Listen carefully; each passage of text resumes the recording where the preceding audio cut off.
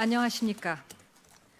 지난 7월 31일 장관 직속으로 설치한 한일 일본 군 위안부 피해자 문제 합의 검토 TF가 출범 5개월 만인 오늘 결과 보고서를 발표하게 되었습니다. 위안부 문제는 한일 양국의 오랜 현안인 만큼 TF 위원 전원은 사안의 엄중함을 깊이 인식하고 사명감을 가지고 단어 하나, 문장 하나에도 치열한 논의를 거쳐 결과 보고서를 작성한 것으로 알고 있습니다. 지난 5개월간 TF 위원들의 헌신적인 노고에 깊이 사의를 표합니다. TF의 결과 보고서는 그간 위안부 합의에 대해 제기되어 온 비판들에 대해 충실히 답하고 있다고 생각합니다. 정부로서는 이번 TF 검토 결과를 진지하고 겸허하게 받아들입니다. 특히 피해자 중심 접근이라는 인권 문제 해결의 보편적 기준이 위안부 합의 당시 충분히 반영되지 못함에 따라 당사자인 피해자 할머님들과 가족 그리고 이분들을 지원해온 시민사회와 모든 국민 여러분들에게 마음의 상처를 안겨드린 데 대해 외교부 장관으로서 매우 안타깝고 유감스럽다는 말씀을 머리 숙여드립니다.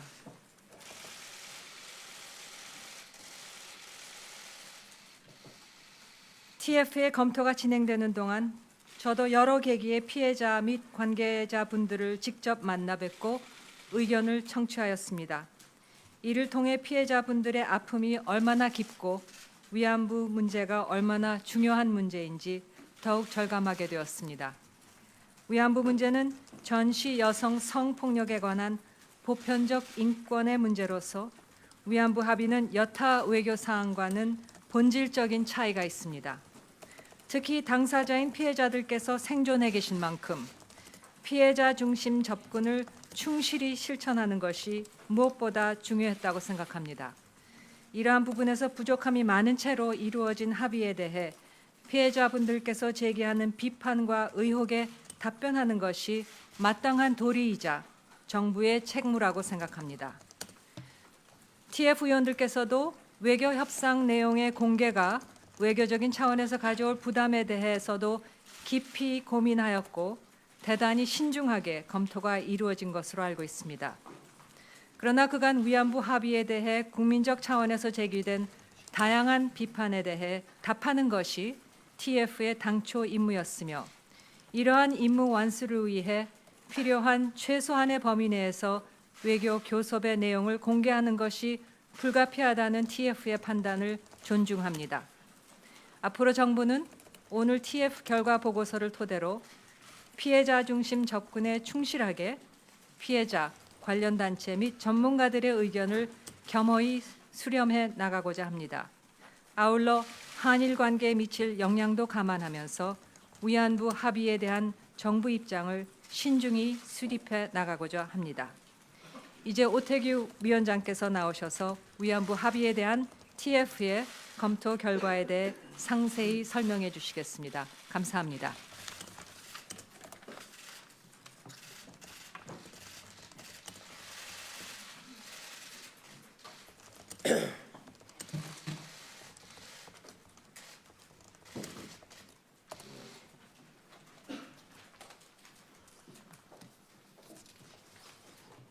위안부 TF 위원장 오태규입니다.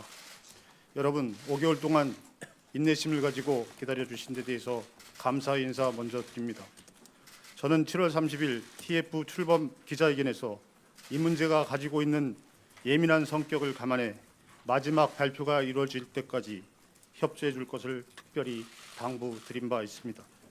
또 저를 비롯한 TF 의원들도 TF의 작업 결과가 흘러나가 신뢰에 큰 손상이 생길 것을 우려해 미디어와의 접촉을 자제해 왔습니다.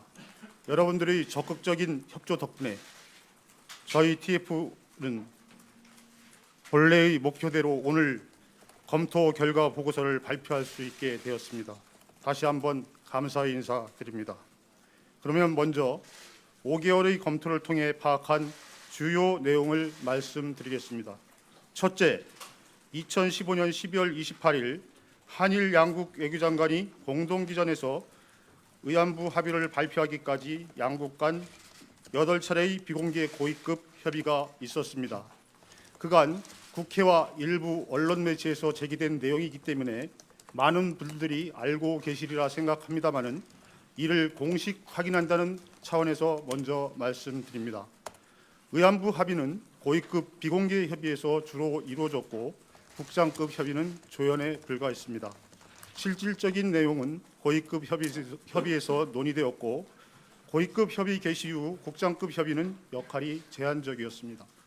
둘째, 양국 간 합의 내용에는 외교장관 공동기자회견에서 발표한 공개 합의 내용 외에 소녀상, 제3국 기린비, 성노예 표현과 같은 비공개 내용이 들어 있습니다.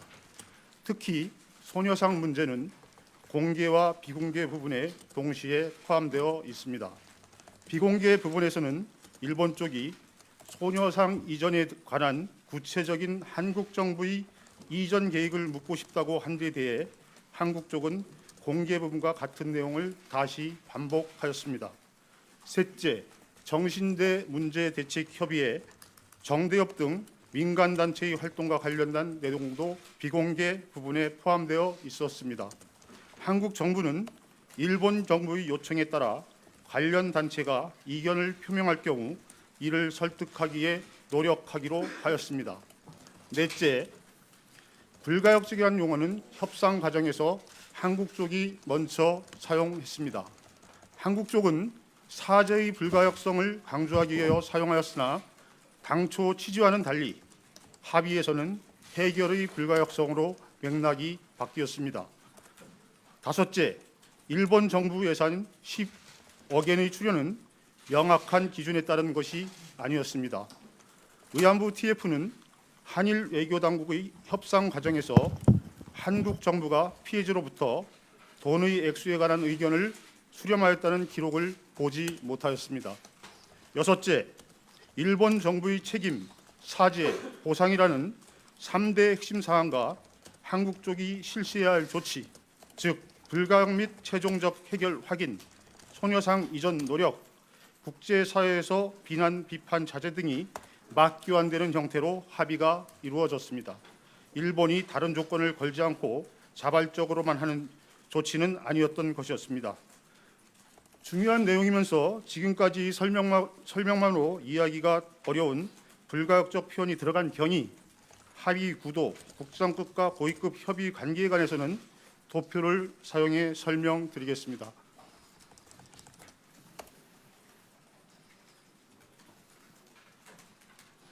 먼저 국내적으로 논란이 컸던 불가역적 표현이 들어간 경위를 말씀드리겠습니다.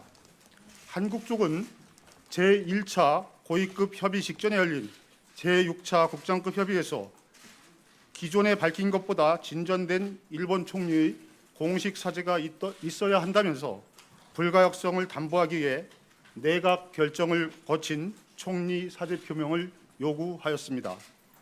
한국 쪽의 이러한 요구는 일본의 사죄가 공식성을 가져야 한다는 피해자 단체의 의견을 참고한 것이었습니다. 피해자 단체는 일본이 그간 사죄를 한 뒤 번복하는 사례가 빈번했다면서 일본이 사죄할 경우 되돌릴 수 없는 사죄가 되어야 할 것임을 강조해왔습니다. 제1차 고위급 협의부터 일본 쪽은 불가역적 표현과 최종적 해결을 연계하여 사용하기 시작하였습니다. 한국 쪽은 사죄의 불가역성을 강조했는데 당초 취지와는 달리 합의에서는 해결의 불가역성으로 의미가 변했습니다. 외교부는 잠정 합의 직후 불가역적 표현이 포함되면 국내적으로 반발이 예상될 것이므로 삭제가 필요하다는 의견을 냈으나 합의 결과에 반영하지 못하였습니다. 다음은 합의 구도에 대해서 말씀드리겠습니다. 의안부 합의는 피해자 쪽이 요구한 3대 핵심 사항, 즉 일본 정부의 책임, 사죄, 보상, 각 부분별로 보면 모자란 면이 많습니다. 책임은 법적 책임을 달성하지 못하였고 사죄는 수준을 넘지 못하였으며 배상은 일본 정부의 예산을 끌어내기는 했으나 이행 조치라는 이름에 머물렀습니다. 그러나 3대 핵심 요구사항을 한꺼번에 묶어서 풀이하면 아시아 여성 기금 등 종래와 비교하여 나아진 측면이 분명히 있습니다. 그러나 3대 핵심 사항 합의는 일본의 자발적이고 일방적인 조치로 취해진 것이 아니라 최종적 불가역적 해결, 소녀상 문제 해결 노력, 국제사회 비난 비판 자제라는 일본 쪽의 요구를 한국 쪽이 받아들이는 조건으로 타결되었습니다. 이렇게 한국 쪽 3대 핵심 요구와 일본 쪽의 한국 쪽에 대한 요구가 맞교화되는 형식으로 합의가 이루어짐으로써 3대 핵심 사항에서 어느 정도 진전이 있었다라고 평가할 수 있는 부분조차 그 의미가 퇴색하게 되었습니다. 공개 부분만 봐도 이러한데 한국 쪽에 일방적으로 부담이 되는 관련 단체 설득 등이 다시 비공개 부분에 들어가게 되었습니다. 이로써 공개된 부분만으로도 불균형한 합의가 더욱 기울어지게 되었다고 저희 TF는 판단하였습니다. 세 번째, 국장급과 고위급 협의의 진행 상황에 대해서 말씀드리겠습니다. 2011년 8월 헌법재판소의 부작위 의원 결정으로 의안부 문제가 한일 양국 간의 외교 현안으로 등장하였습니다. 2014년 4월 제1차 국장급 협의가 개최되었고 2015년 12월 합의 발표 직전까지 모두 12차례의 국장급 합의가 진행되었습니다. 중간에 비공개 협의도 있었습니다. 2013년 말까지 국장급 협의에서 교섭의 진전이 없자 협상 대표의 급을 높여 양국 정상과 직접 소통할 수 있는 고위급의 비공개 협의가 필요하다는 의견이 나오기 시작했습니다. 외교장관 공동 기자회견 발표 때까지 모두 8차례의 고위급 협의가 있었고 여기에서 사실상 모든 내용이 논의되었습니다. 외교부는 고위급 협의에는 직접 참여하지 못했으며 그 내용을 공유받으면서 필요한 의견을 개진하였습니다. 그러나 거의 의견이 반영되지 않았습니다. 다음은 TF의 검토 기준에 대해서 말씀드리겠습니다. TF는 첫째, 피해자 중심 접근과 그 취지가 이번 합의에 얼마나 제대로 반영되었는지를 살펴보았습니다. 둘째, 전시 성폭력인 의안부 문제의 국제 인권적 성격, 다자적 성격이 얼마나 제대로 고려되면서 의안부 합의가 이루어졌는지 보았습니다. 셋째, 국민의 뜻이 협상에 얼마나 잘 반영되었는지, 즉 오늘날 외교의 특성으로 자리 잡고 있는 국민과 함께하는 민주적인 절차가 협상 과정에서 잘 지켜졌는지 살펴보았습니다. 넷째, 협상에 임하면서 청와대와 협상 대표 간, 관련 부처 간, 고위급과 국장급 협의 사이에 협력과 소통은 원활하게 작동되었는지를 살펴보았습니다. 저희들은 이러한 기준으로 합의 경위와 내용을 검토한 결과 4가지의 결론을 내렸습니다. 첫째, 전시 여성 인권에 관한 국제사회 규범으로 자리 잡은 피해자 중심 접근이 이번 의안부 협상 과정에서 충분히 반영되지 않았습니다. 의안부 문제와 같이 보편적 가치 문제이면서 역사 인식의 문제는 단기적인 외교 교섭을 통해 정치적 합의로 해결될 수 없다는 것입니다. 또 의안부 문제처럼 국제사회의 공동 관심사는 양자만의 협의로도 해결될 수 없습니다. 장기적으로 가치와 인식의 확산, 교육을 병행해야 한다고 생각합니다. 둘째, 의안부 등 역사 문제가 한일 관계뿐 아니라 대관계 전반에 부담을 주지 않도록 균형 있는 외교 전략을 마련해야 한다고 생각합니다. 셋째, 안보나 국방같이 비밀이 필요한 극히 제한된 부분 외의 사안에 관해서는 외교에서도 국민과 함께 호흡하는 민주적인 과정과 절차가 중시되어야 한다는 점입니다. 넷째, 외교 협상에는 관련 부처 간 긴밀한 소통과 협력 체제를 갖추는 것이 매우 중요하다고 생각했습니다. 외교는 한 나라만이 일방적으로 하는 것이 아니고 상대방이 있는 것이므로 한쪽이 원하는 내용을 전부 관철할 수도 없고 이런 것이 전부 관철되지 않았다고 해서 비난만도 할 수 없습니다. 하지만 저희 TF는 이러한 외교의 특성과 어려움을 감안하더라도 위와 같은 4가지 점을 지적하지 않을 수 없다고 생각했습니다.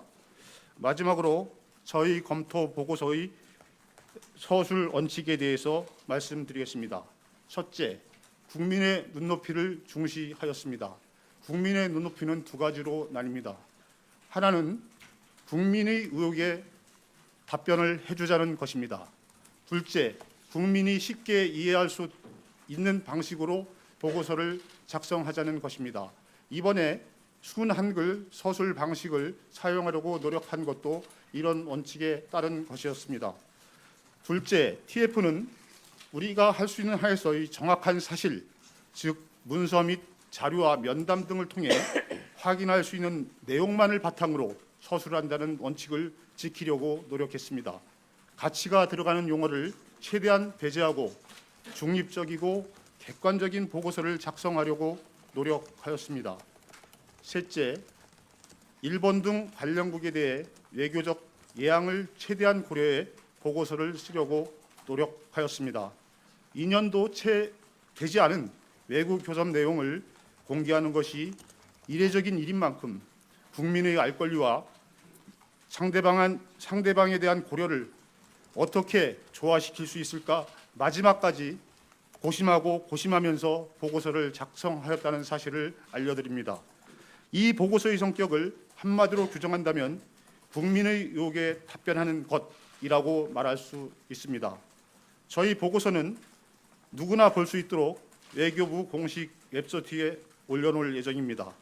이상 저희 보고를 마치겠습니다.